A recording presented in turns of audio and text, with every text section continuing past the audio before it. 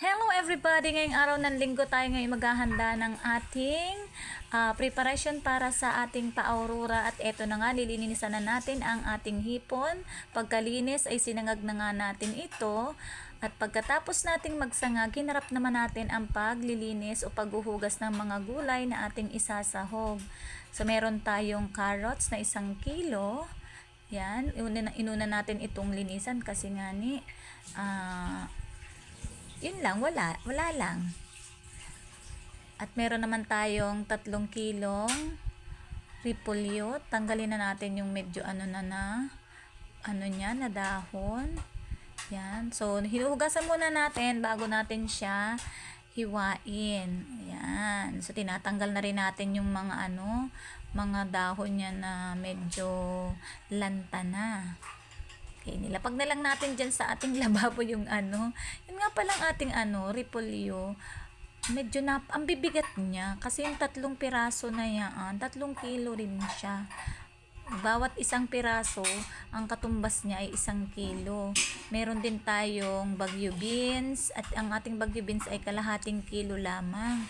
Kasi din medyo ang pagod, hindi lang sa siya ay medyo mabigat sa bulsa, mapagod para hihilis ng bagyo beans. At ayun na nga, nahugasan na natin yung ating mga gulay, ang bagyo beans, ang repolyo at ang carrots. Yan. Pagkatapos nating maglinis, inilabas na din natin iba pa nating panangkap. Meron tayo ngayon na 2 kilo ng squid balls, chorizo, 1 plastic, at meron tayong 2 kilo at kalahati din ng kikiam. Pagkatapos nga nating mahugasan ay ang hinarap naman natin ngayon ay ang paghihiwa. Yan, pagpre-prepara ng ating mga gulay. Medyo matagal-tagal din. Lalo na dito sa pagtatanggal noong mga dulo at puno ng ating bagyo beans, medyo napakatagal din ang ating oras na kinain. Yan, so mantakin mo ba naman na kalahating kilo siya, kaya nga buti na lang hindi ko 1 kilo kasi napakahirap maghilis talaga pala nitong bagyo beans. Masasabi kong struggle is real. Ayun. Ang pangit naman kasi kapag ang hiwa natin ay yung paputo lang siya, kaya yung slanting ang ating ginawang paghilis. Hindi ako marunong maghilis noong maramihan, kaya isa-isa ang ang paghihiwa ko nito para talagang yung achieve ko yung gusto ko na style, yung pa slant.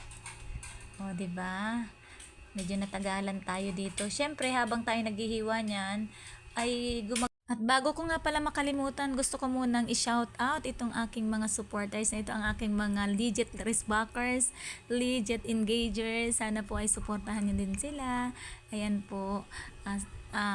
Tulong-tulong na lang po tayo mga small content creator para po sabay-sabay tayong umangat. Thank you so much po sa patuloy po na sumusuporta sa aking mga video, sa aking mga vlogs.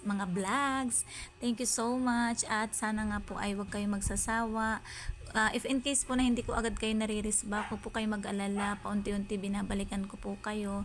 Nagkakataon lamang po na nagkakaroon tayo ng mga kabisihan dahil po sa nature ng ating trabaho.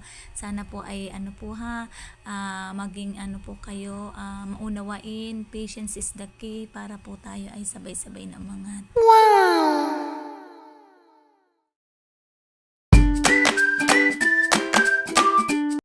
Pagkatapos nga ng paghiwa natin ng bagyo beans, isinunod naman natin ay ang paghihiwa ng 3 kilong repolyo, yung 3 piraso ng repolyo. Napakarami pala nito, guys. Akala ko yung 3 pirasong yun, konti lang siya. Napuno na yung ating green na strainer. Pero naku, hindi ko pa talaga lubusang natatapos yung aking 3 repolyo. Kaya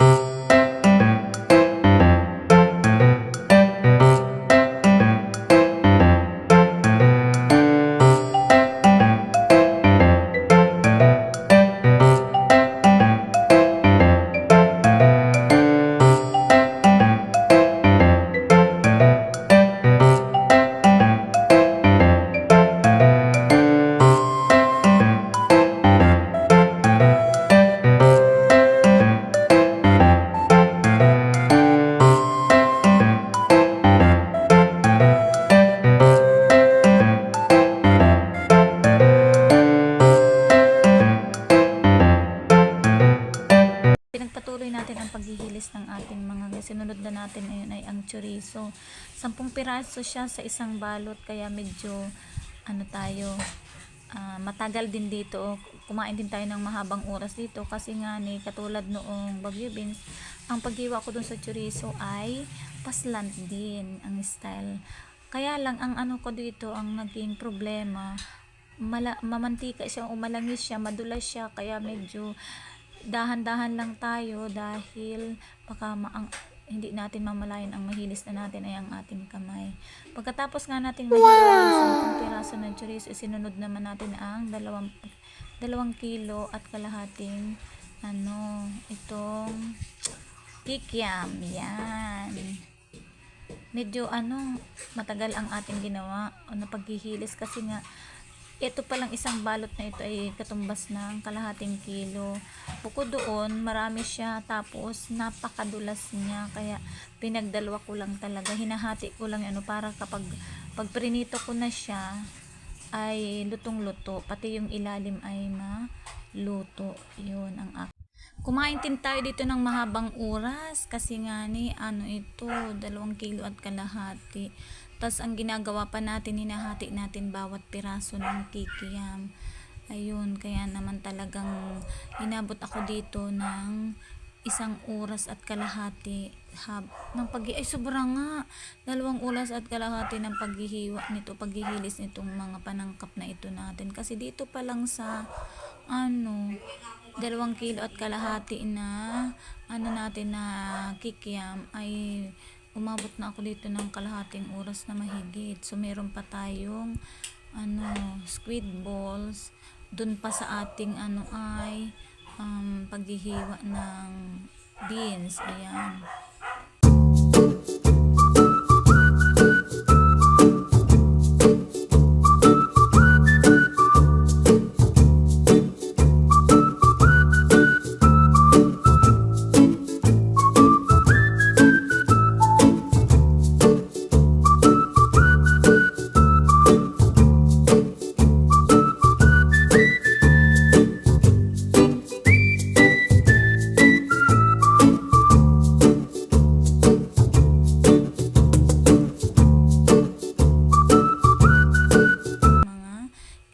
So, ang isusunod naman natin ay ang squid balls.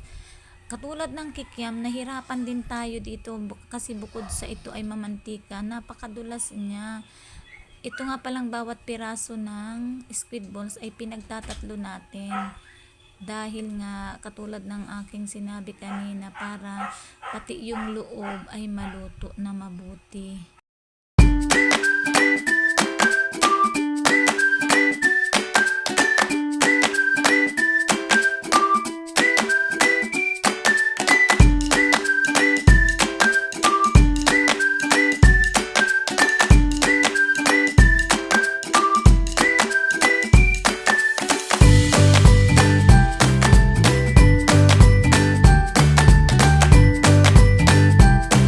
Eto na nga, nahiwa na natin ang ating squid balls, ang ating repolyo.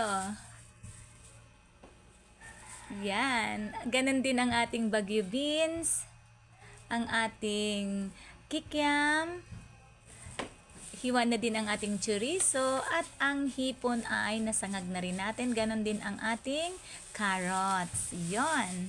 At ngayon nga tayo ay nagpapainit na ng mantika para ating ngayong iprito ang mga squid balls, ang ating kikiam, at ang ating hipon.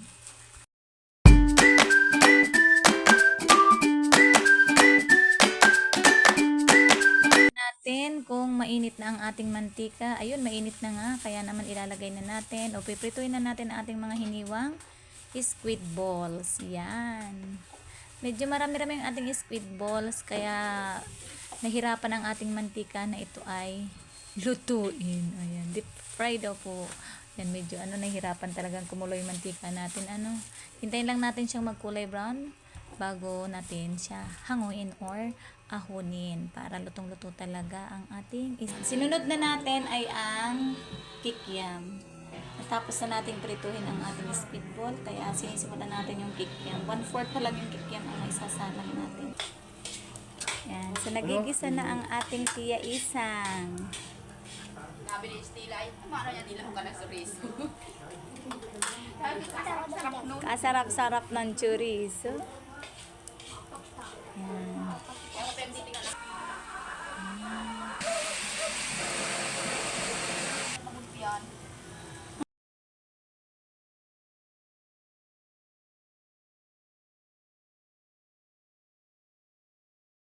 And tiran! Narito na po ang aming niluto. Ang niluto ni Tia Isang. So ako lang po dyan ang naggiyat-gayat. Si Tia Isang ang nagluto, ang nagtimpla.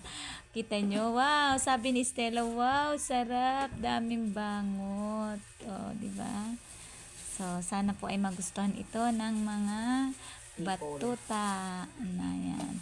Thank you so much for watching. Sana po ay mag-like, subscribe at share kayo. Salamat sa patuloy na pag-suporta sa aking mga videos and vlogs. Thank you.